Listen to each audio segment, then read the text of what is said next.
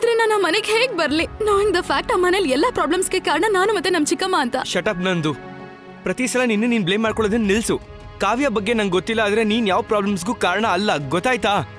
ಇನ್ನು ಮಿಸ್ಟರ್ ವನರಾಜ್ ವಿಷಯ. ಮಿಸ್ಟರ್ ವನರಾಜ್ ಏನಾದ್ರೂ ಓವರ್ ರಿಯಾಕ್ಟ್ ಮಾಡಿದ್ರೆ ಅದು ಅವ್ರ ಯೋಚನೆ, ಅವ್ರ ಪ್ರಾಬ್ಲಮ್. ನೀನ್ ಯಾಕೆ ಬೈತಿದ್ಯಾ? ಯಾಕಂದ್ರೆ ನಿನ್ ಮಾತೆ ಹಾಗಿದೆ. ಒಂದ್ ಮಾತು ಯಾವಾಗ್ಲೂ ನೆನ್ಪಿಟ್ಕೊ ನಂದು. ಮಿಸ್ಟರ್ ವನರಾಜ್ ಮತ್ತೆ ಕಾವ್ಯನಿಂದ ನಮ್ ಲೈಫಲ್ಲಿ ವ್ಯತ್ಯಾಸ ಆಗ್ಬೋದು, ಅದು ಆಗೇ ಆಗತ್ತೆ. ಆದ್ರೆ ನಮ್ ಪ್ರೀತಿಗೆ ಯಾವ ವ್ಯತ್ಯಾಸನೂ ಆಗ್ಬಾರ್ದು.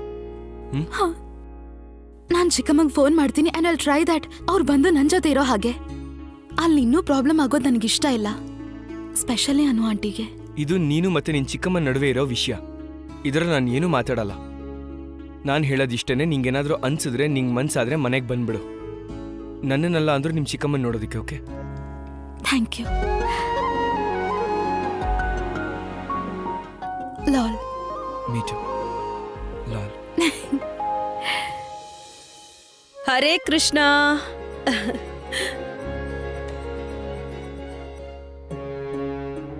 ಏನ್ ಅಷ್ಟೊಂದು ಯೋಚನೆ ಮಾಡ್ತಿದ್ಯಾ? ನಂದಿನಿಗೆ ಯಾವಾಗ ಸರಿ ಅನ್ಸುತ್ತೋ ಅವಳು ತಾನಾಗೆ ಬಂದ್ಬಿಡ್ತಾಳೆ. ವಿಷಯ ಬರೀ ಅದಷ್ಟೇ ಅಲ್ಲ ಮಮ್ಮಿ. ನನ್ಗೇನೋ ವಿಚಿತ್ರವಾದ ಫೀಲಿಂಗ್ ಆಗ್ತಾ ಇದೆ, ಏನೋ ತುಂಬಾ ಕೆಟ್ಟದಾಗತ್ತೆ ಅನ್ನೋ ಹಾಗೆ. ಆ ಕಾವ್ಯ ನಂದಿನಿ ಮನೆಗೆ ಹೋಗಿರೋದೇನೆ ಬೆಟರ್ ಅನ್ನಿಸ್ತಾ ಇದೆ. ಈ ನಿನ್ ಯೋಚನೆ ನಿನ್ನೊಳಗಿನ ಭಯ ಅಂತೂ ಅಲ್ವಲ್ಲ? ನನಗ್ ಗೊತ್ತು ನೀನೇನು ಯೋಚನೆ ಮಾಡ್ತಾ ಇದೀಯಾ ಅಂತ. ಕಾವ್ಯಗೆ ನಿನ್ನ ಮತ್ತೆ ನಂದಿನಿ ಬಗ್ಗೆ ಗೊತ್ತಾದ್ರೆ ಅವಳು ನಿಮ್ಮಪ್ಪನ್ ತರ. ಅವಳು ಏನ್ ಹೇಳ್ತಾಳೆ, ಏನ್ ಯೋಚಿಸ್ತಾಳೆ, I really don't care. Samarth, ನಾನ್ ನಿನ್ಗೆ ಹೇಳಿದ್ದೆ ಅಲ್ವಾ, ಯಾವ್ದ್ ಪರಿವಾರದಿಂದ ದೂರ ಕರ್ಕೊಂಡು ಹೋಗುತ್ತೋ ಅದು ಪ್ರೀತಿ ಆಗಲ್ಲ ಅಂತ. ಹಾಗೆ ಕಾವ್ಯ ನಂದಿನಿ ಚಿಕ್ಕಮ್ಮ, ಅವಳ ಕುಟುಂಬದವಳು. ಯಾವ ರೀತಿ ನಿನ್ಗೆ ನಿನ್ ಕುಟುಂಬದ ಒಪ್ಪಿಗೆ ಮುಖ್ಯವಾಗುತ್ತೋ ಅದೇ ರೀತಿ ನಂದಿನಿಗೂ ಕೂಡ ಕಾವ್ಯನ ಒಪ್ಪಿಗೆ ತುಂಬಾನೇ ಮುಖ್ಯವಾಗಿರುತ್ತೆ ಅಲ್ವಾ? ಇದರರ್ಥ ನಾವು ಮಿಸ್ಟರ್ ವನರಾಜ್ ಜೊತೆಗೇನೆ ಕಾವ್ಯನ್ ಜೊತೆಗೂ ಫೈಟ್ ಮಾಡ್ಬೇಕಾ? ಖಂಡಿತ ಇಲ್ಲ. ಯಾಕಂದ್ರೆ ಪ್ರೀತಿಲಿ ಕಾದಾಡಲ್ಲ, ಒಪ್ಪಿಸ್ಬೇಕಾಗತ್ತೆ. ಹಾಗೆ ಗೋಪಾಲ ಇದಾನಲ್ಲ, ಎಲ್ಲ ಸಂಭಾಳಿಸ್ತಾನೆ. ನೀವಿಬ್ರು ತಾಳ್ಮೆಯಿಂದ ಇರಿ, ಆಯ್ತಾ? ಅಮ್ಮ, ಅಪ್ಪ, ನಾವು ಪೊಲೀಸ್ ಸ್ಟೇಷನ್ಗೆ ಹೋಗ್ತಿದ್ದೀವಿ.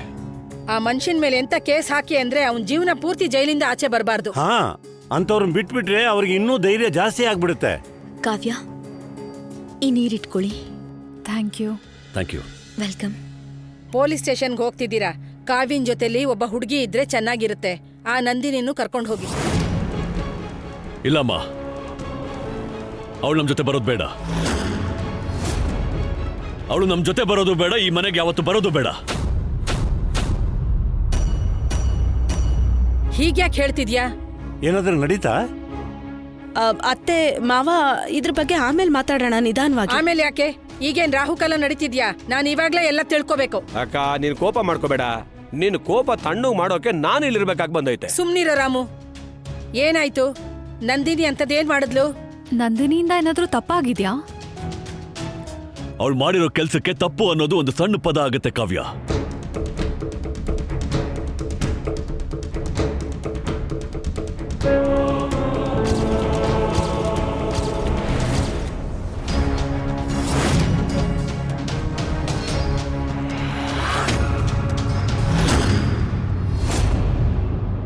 ರೆಡ್ ಹ್ಯಾಂಡ್ ಆಗಿ ಹಿಡಿದಿದ್ದೀನಿ ನಾನು ಇವರಿಬ್ಬರನ್ನು. ಮತ್ತೆ ನಾನು ಇವನಿಗೆ ಬೈದಾಗ ನಮ್ ಪ್ರೀತಿಗೆ ಇನ್ಸಲ್ಟ್ ಮಾಡಬೇಡಿ ಅಂತ ನನಗೆ ಹೇಳ್ತಾನೆ ಇವನು. ನಾನು ಇವ್ರಿಗೆ ಇವ್ರ ರಿಲೇಶನ್ಶಿಪ್ಗೆ ಅಗೇನ್ಸ್ಟ್ ಆಗಿದ್ದೀನಿ ಅಂತ ಹೇಳಿದಾಗ ಇವನಮ್ಮ ಅಡ್ಡ ಬಂದು ನಿಂತ್ಕೊಂಡ್ಬಿಟ್ಲು. ನನ್ನ ಮಗನ್ ಮೊದಲನೇ ಪ್ರೀತಿ ಅಪೂರ್ಣ ಆಗ್ಬಾರ್ದು ಅಂತ. ಪ್ರೀತಿ ಮೈ ಫುಟ್. ಈಗ ಇವರಿಬ್ಬರಿಗೆ ಏನ್ ಹೇಳ್ತಿರೋ ನೀವೇ ಹೇಳಿ. ನಾನಂತೂ ಇವ್ರ ಹತ್ರ ಮಾತಾಡಕ್ಕಾಗಲ್ಲ. ಈ ಸಂಬಂಧ ಎಷ್ಟು ತಪ್ಪು ಅಂತ. ಮುಗೀತು. ಇದು ನೊಂದು ನೋಡೋದು ಬಾಕಿ ಉಳಿದಿತ್ತು. ಚಿಕ್ಕಮ್ಮ ಆಯ್ತು, ಈಗ ಅವಳ ಅಕ್ಕನ ಮಗಳು ಈ ಮನೆ ಸೊಸೆ ಆಗೋ ಕನ್ಸ್ ಕಾಣ್ತಿದ್ದಾಳೆ. ನಿಮ್ಗೆ ಇದೇ ಟೈಮ್ ಬೇಕಿತ್ತಾ ಇದನ್ನೆಲ್ಲ ಮಾತಾಡೋಕೆ? ಅತ್ತೆ, ಇಲ್ ಕೇಳಿ, ಹಾಗೆಲ್ಲ. ನೀನ್ ಸುಮ್ನಿರು. ಈ ವಿಷಯದಲ್ಲಿ ಯಾರ ಮೈಲಿ ಭಾಷಣ ಬಿಗಿಯೋದ್ರಿಂದ ಯಾವ ಲಾಭನೂ ಇಲ್ಲ, ಏನೂ ಇಲ್ಲ. ವನರಾಜ್ ಸರಿ ಇದ್ದಾನೆ. ಈ ಸಂಬಂಧ ತಪ್ಪು ಅಂದ್ರೆ ಅದು ತಪ್ಪೆ. ಹಾಗೆ ನಾನು ಈ ಸಂಬಂಧಕ್ಕೆ ಸಂಪೂರ್ಣ ವಿರುದ್ಧವಾಗಿದ್ದೀನಿ. ಒಂದ್ ವೇಳೆ ಕಾವ್ಯನ್ ಜೊತೆಲಿ ಅವಳಿಗೆ ಸಂಬಂಧ ಇಲ್ಲದೆ ಇದ್ದಿದ್ರೆ ಆಗ ಯೋಚಿಸ್ತಿದ್ದೆ. ಆದ್ರೆ ಈಗಂತೂ ಯೋಚನೆ ಮಾಡೋ ಪ್ರಶ್ನೆನೇ ಇಲ್ಲ. ಈ ಮನೇಲಿ ಈ ಹುಚ್ಚಾಟ ಅಂತೂ ನಡೆಯೋದೇ ಇಲ್ಲ. ಇದ್ರ ಬಗ್ಗೆ ನಾವು ಆಮೇಲೆ ಮಾತಾಡೋಣ ಲಲಿತಾ. ಈಗ ಅವ್ರನ್ನ ಹೋಗ್ಬಿಡು. ಮುಂದೆ ಮಾತಾಡೋ ಅವಶ್ಯಕತೆನೇ ಇಲ್ಲ. ಈ ವಿಷಯ ಇಲ್ಲೇ ಮತ್ತೆ ಈಗ್ಲೇ ಮುಗೀತು. ನನ್ನ ದೃಷ್ಟಿಯಲ್ಲಿ ಈ ಸಂಬಂಧಕ್ಕೆ ಯಾವ ಅರ್ಥನೂ ಇಲ್ಲ. ಈ ಸಂಬಂಧ ಆಗಲ್ಲ ಅಂದ್ರೆ ಖಂಡಿತವಾಗ್ಲೂ ಆಗಲ್ಲ. ನೀನ್ ಸುಮ್ನಿರು. ಇನ್ನು ಚಿಗುರ್ ಮೀಸೆನೆ ಬಂದಿಲ್ಲ, ಆಗ್ಲೇ ಪ್ರೇಮ್ ಲೀಲೆ ಶುರುವಾಗೋಯ್ತು. ಬುದ್ಧಿಗಿದ್ದಿ ಇದೆಯೋ ಇಲ್ವೋ? ಹಾ, ಚಿಕ್ಕಮ್ಮ ಮಗಳು ಅಪ್ಪ ಮಗ ಹೇಗ್ ಸಾಧ್ಯ ಇದು? ಕಾವ್ಯ ಮತ್ತು ನಂದಿನಿ ಸಂಬಂಧ ಅಷ್ಟು ಹತ್ರದ್ದೇನು ಅಲ್ಲ ಲಲಿತಾ. ಹಾ ನನಗ್ ಚೆನ್ನಾಗ್ ಗೊತ್ತಿತ್ತು ನೀವು ಇವ್ರ ಪರವಾಗಿ ಮಾತಾಡ್ತೀರಾ ಅಂತ. ನಿಮ್ಗೆ ನಿಮ್ ಮುದ್ದಿನ ಸೊಸೆ ಮತ್ತ ಅವಳ ಮಗ ಕೊಲೆ ಮಾಡಿದ್ರು ಕೂಡ ನೀವು ಸತ್ತೋನಲ್ಲೇ ತಪ್ಪು ಹುಡುಕ್ತೀರಾ, ಸಾಯಿಸ್ತವ್ರನ್ನಲ್ಲ. ಅತ್ತೆ ನೀನ್ ಅವನನ್ನ ತಡೆದು ಬುದ್ಧಿ ಹೇಳೋದಕ್ ಬದ್ಲಾಗಿ ಸಪೋರ್ಟ್ ಮಾಡ್ತಿದ್ಯಾ. ಹಾಗೆ ನಂದಿನಿ ನಿನ್ ಅಕ್ಕನ ಮಗಳು, ಅದಕ್ಕೆ ಹೇಳ್ತಾ ಇದ್ದೀನಿ, ಅವಳಿಗೆ ಸ್ಪಷ್ಟವಾಗಿ ಹೇಳ್ಬಿಡು, ಅವಳು ಈ ಮನೆ ಸೊಸೆ ಆಗೋ ಕನ್ಸನ್ನ ಕಾಣ್ತಿದ್ದಾಳೆ, ಅದು ಯಾವತ್ತೂ ನನ್ಸಾಗಲ್ಲ ಅಂತ. ಅವಳಿಗೆ ಹೇಳು, ಅವಳು ನಮ್ಮನೆ ಹಾಗೆ ನನ್ನ ಮೊಮ್ಮಗನಿಂದ ದೂರ ಇರೋದಕ್ಕೆ. ಒಂದ್ ಕೆಲ್ಸ ಮಾಡು, ನೀನ್ ಅವಳನ್ನ ಅವ್ರ ಅಮ್ಮನ ಹತ್ರ ವಾಪಸ್ ಕಳಿಸ್ಬಿಡು. ಆದ್ರೆ ನಂಗೆ ಸಮರ್ಥ್ ಮತ್ತೆ ನಂದಿನಿ ವಿಷಯದಲ್ಲಿ ಯಾವುದೇ ಇಶ್ಯೂ ಕಾಣಿಸ್ತಿಲ್ಲ aunty.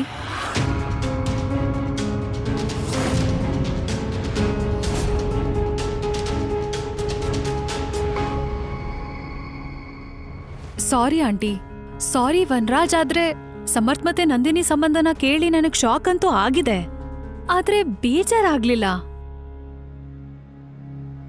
In fact I am happy for them.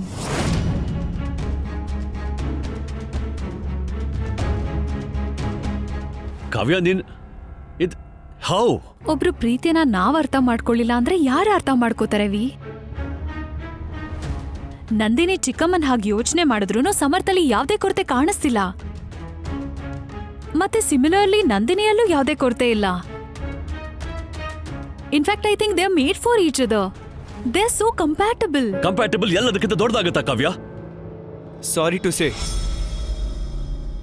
ನನಗ್ ನೆನ್ಪಿರೋ ಹಾಗೆ ನೀವು ಇದನ್ನೇ ಹೇಳಿ ನಿಮ್ಮ ಅಫೇರ್ನ ಜಸ್ಟಿಫೈ ಮಾಡ್ಕೊಂಡಿದ್ರಿ, ನೀವು ಮತ್ತೆ ಮಮ್ಮಿ ಕಂಪ್ಯಾಟಿಬಲ್ ಇಲ್ಲ ಅಂತ.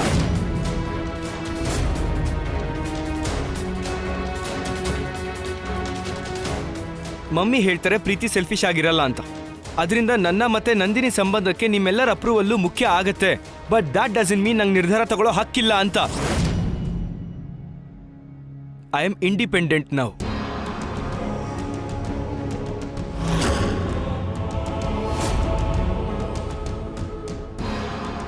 ನಾಲ್ಕು ದುಡ್ಡು ಸಂಪಾದನೆ ಮಾಡಿದ ತಕ್ಷಣ ಅಪ್ಪನ ಮುಂದೆ ಅಹಂಕಾರ ತೋರಿಸ್ತೀಯ? ಇದು ದರ್ಪ ಅಲ್ಲ ಮಿಸ್ಟರ್ ವನರಾಜ್, ಇದು ಧೈರ್ಯ. ಇದು ದುಡ್ಡಿಂದ ಬಂದಿರೋದಲ್ಲ, ಪ್ರೀತಿಯಿಂದ ಬಂದಿರೋದು. ನನಗೆ ಪ್ರೀತಿ ಬಗ್ಗೆ ಲೆಕ್ಚರ್ ಕೊಡಕ್ ಬರಬೇಡ ನೀನು.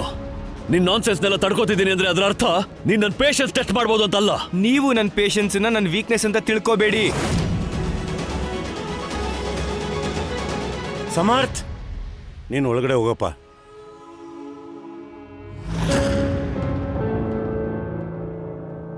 Relax V. ಸಮರ್ಥ್ ಮತ್ತೆ ನಂದಿನಿ ಸಂಬಂಧಕ್ಕೆ ನನ್ಗೇನೂ ಪ್ರಾಬ್ಲಮ್ ಇಲ್ಲ ಅಂದಾಗ ನಿನಗೇನಕ್ಕೆ? ನಿನ್ಗಿಲ್ದೆ ಇರ್ಬೋದು, ಆದ್ರೆ ನಮ್ಗಿದೆ. ಹಾಗೆ ನೀನೇನ್ ಬಯಸ್ತೀಯೋ ಅದನ್ನ ಕಟ್ಕೊಂಡು ನಮ್ಗೇನ್ ಆಗ್ಬೇಕಾಗಿಲ್ಲ.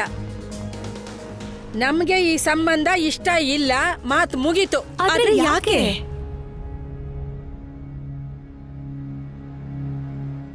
ವಾವ್, ಸೌತೀರು ಗೆಳ್ತೀರಾಗ್ಬಿಟ್ರು. ಹಾ, ನೀವಿಬ್ರು ರಾಣಿ ಮಹಾರಾಣಿಯರು ಕೇಳಿಸ್ಕೊಳ್ಳಿ.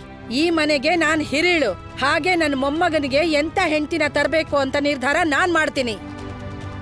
ಆದ್ರೆ ನಂದಿನಿಯಲ್ಲಿ ಏನ್ ಕೊರತೆ ಇದೆ ಆಂಟಿ? ಏನ್ ಕಮ್ಮಿ ಇಲ್ಲ. ಒಂದು, ಅವಳ ಅಪ್ಪ ಅಮ್ಮನ್ಗೆ ಡೈವರ್ಸ್ ಆಗಿದೆ, ಅವಳೊಬ್ಳೇ ಇರ್ತಾಳೆ. ಸಮರ್ಥ್ಗಿಂತ ವಯಸ್ಸಲ್ಲಿ ಕೂಡ ದೊಡ್ಡೋಳು, ಬರೀ ಡ್ಯಾನ್ಸ್ ಮಾಡ್ಕೊಂಡಿರ್ತಾಳೆ. ಸೊಸೆ ಆಗೋ ಒಂದಾದ್ರೂ ಗುಣ ಇದೆಯಾ ಅವಳ ಹತ್ರ? ನಂದಿನಿ ಪೇರೆಂಟ್ಸ್ ಡಿವೋರ್ಸ್ ತಗೊಂಡಿದ್ದಾರೆ ಅಂದ್ರೆ ನಂದಿನಿ ತಪ್ಪು ಏನಿದೆ ಆಂಟಿ? ನಂದಿನಿ ಪೇರೆಂಟ್ಸ್ ಏನಕ್ಕೆ ಡಿವೋರ್ಸ್ ತಗೊಂಡು ಅಂದ್ರೆ ನಂದಿನಿ ಬರ್ತ್ ಆದ್ಮೇಲೆ ಅವ್ರ ಅಪ್ಪ ಹೇಳ್ತೆ ಕೇಳ್ತೆ ಎಲ್ಲೋ ಹೊರಟೋಗಿದ್ರು ಗೊತ್ತಾ? ತಗೊಳ್ಳಿ, ಕೇಳಿಸ್ಕೊಳ್ಳಿ. ಅಂದ್ರೆ ಇವಳಪ್ಪ ಅಡ್ರೆಸ್ಗೆ ಇಲ್ಲ. ಹೀಗಿದ್ದಾಗ ನಾಳೆ ಅವಳು ತನ್ನಪ್ಪನ್ ತರ ಓಡ್ ಹೋಗ್ಬಿಡ್ತಾಳೆ. ಆಮೇಲೆ ಏನ್ ಮಾತು ಅಂತ ಆಡ್ತೀಯ ಲಲಿತಾ? ಅಯ್ಯೋ, ಸರಿಯಾಗಿ ಹೇಳ್ತಿದ್ದೀನಿ, ತಪ್ಪು ಹೇಳ್ತಿದ್ದೀನಿ. ಹಾ, ರಕ್ತ ಯಾವತ್ತಿದ್ರೂ ಪ್ರಭಾವ ಬೀರುತ್ತಲ್ಲ. ಮೂಗ್ದಾರ ಇಲ್ದ ಅಪ್ಪನ ಹಾಗೆ ಮಗಳು ಮೂಗ್ದಾರ ಕಿತ್ಕೊಂಡು ಓಡ್ಬಿಟ್ರೆ? ಏನ್ ಮಾತಾಡ್ತಿದ್ದೀರಾ ಅತ್ತೆ? ಯಾರ ಬಗ್ಗೆ ನಮಗ್ ಗೊತ್ತೇ ಇಲ್ವೋ ಅವ್ರ ಬಗ್ಗೆ ಯಾಕೆ ಹೀಗೆಲ್ಲ ಮಾತಾಡ್ತಿದ್ದೀರಾ?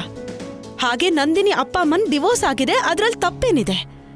ಡಿವೋರ್ಸ್ ಅದು ಯಾವ್ದೋ ಬೆಕ್ಕು ಇಲ್ಲೇ ಆಟ ಅಲ್ಲ. ಸುಮ್ನಿದ್ ಬಿಡು.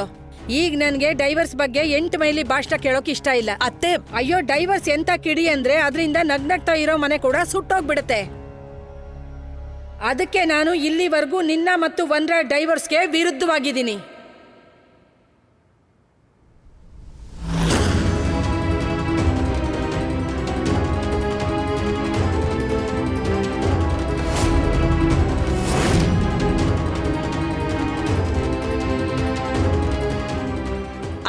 ಅತ್ತೆ ಏನತ್ತೆ ನೀನ್ ಕೇಳೋ ಹಾಗಿದ್ರೆ ಕೇಳಿಸ್ಕೊ. ನೀನ್ ಕೇಳಿಸ್ಕೊಳ್ಳಿಲ್ಲ ಅಂದ್ರೆ ಮತ್ತೆ ಹೇಳ್ತಿದ್ದೀನಿ, ಅನುಪಮಾ ಮತ್ತೆ ವನ್ರಾಜ್ಗೆ ಡೈವೋರ್ಸ್ ಆಗೋದು ನನಗಿಷ್ಟ ಇಲ್ಲ.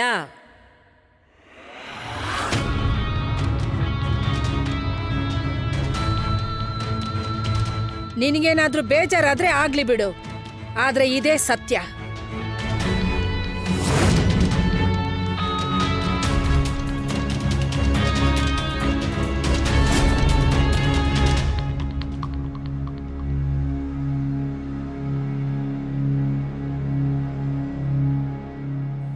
ಕಾವ್ಯ, ನೀವು ಪೊಲೀಸ್ ಸ್ಟೇಷನ್ಗೆ ಹೋಗಿ ಬನ್ನಿ, ಆಮೇಲೆ ಮಾತಾಡೋಣ.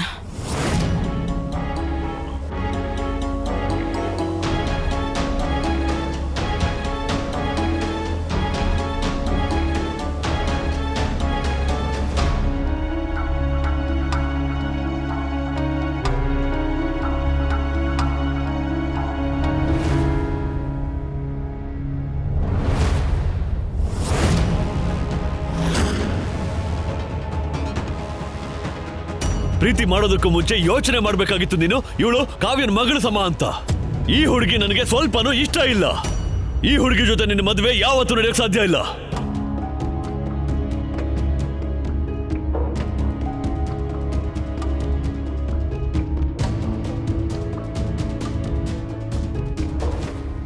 ತಮ್ಮೋರ್ನ ಭೇಟಿ ಮಾಡಕ್ಕೆ ಯಾರಪ್ಪಣೆ ಅವಶ್ಯಕತೆನೂ ಇಲ್ಲ ನಂದಿನಿ.